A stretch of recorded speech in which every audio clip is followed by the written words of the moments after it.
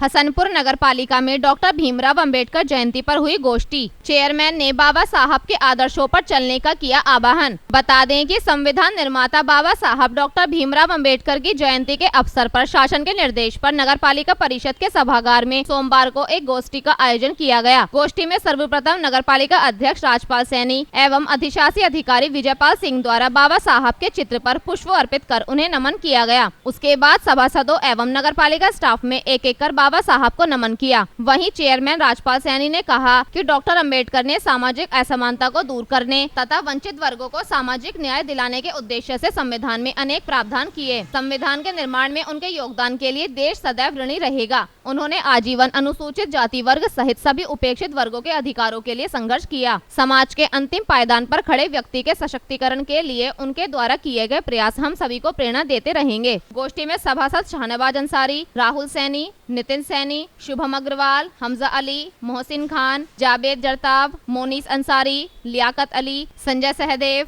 चमन देवी, दीपक कुमार, दिनेश कुमार, करण सिंह, विनय शर्मा, शारिक, दीपक अग्रवाल, गौरव, Riyazuddin, Veervati, Kaushal Kumar, Arshad bag आदि पालिका का स्टाफ मौजूद रहा।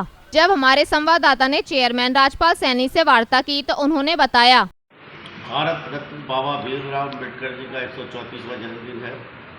आज बड़े हर्ष और उल्लास के साथ पूरे देश में नहीं पूरे विश्व में बाबा साहब का ये जन्मदिन मनाया जा रहा है। बाबा साहब ने जो एक संविधान की रचना की, एक बहुत ही अच्छे और ऐसे ग्रंथ की रचना की जिसके लिए पूरे विश्व में जाने जाते हैं।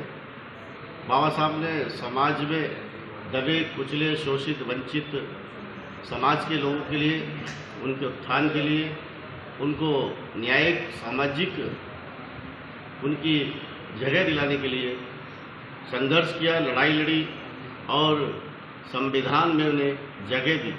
इसी के लिए बाबा साहब भारतवर्ष के हर आदमी के दिल में बसते हैं।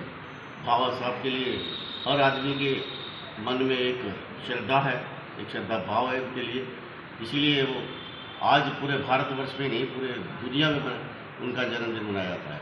बाबा साहब ने जो भी कार्य किए वो इस देश के लिए, इस समाज के लिए, समाज के हर वर्ग के लिए, उसको सामाजिक न्याय के लिए जो काम किए बहुत ही सराहनीय और अनुकरणीय काम किए हैं। हम सब लोगों को भी उनके जो भी आदर्श है, जो उनके बताए मार्ग पर चलकर समाज के लिए उत्थान के लिए कार्य करना चाहिए। हमारे देश के माननीय यशस्वी प्रधानमंत्री जी ने भी बाबा साहब को उनके जन्मस्थली 5 स्थान जहाँ बाबा साहब का जन्म हुआ, जहाँ पढ़ाई करी, जहाँ पे उन्हें शिक्षा दीक्षा ली और जहाँ उनका अंतिम सांस ली, उन 5 जगहों को एक तीर्थ स्थल के रूप में विकसित किया है। यानी कि जहाँ पर विदेश में रहकर जो उन्होंने पढ़ाई की, उस संग्रहालय को, उस जगह को भी हमारे देश के प्रधानमंत्री ने उस स्थान को स्वयं भारत के पक्ष में खरीद कर वहाँ पर भी 5 तीर्थ स्थलों में उनको विकसित करने का काम किया है। इसलिए आप इससे अंदाजा लगाया जा सकता है कि 5 तीर्थ स्थल जो बाबा साहब के जन्म से लेके अंतिम सांस तक थे, हमारे देश के प्रधानमंत्री ने विकास किया है, उनका उत्थान किया है, उनके लिए एक तीर्थ स्थल की तीर्थ की बात उन्हें सुशोभित किया है।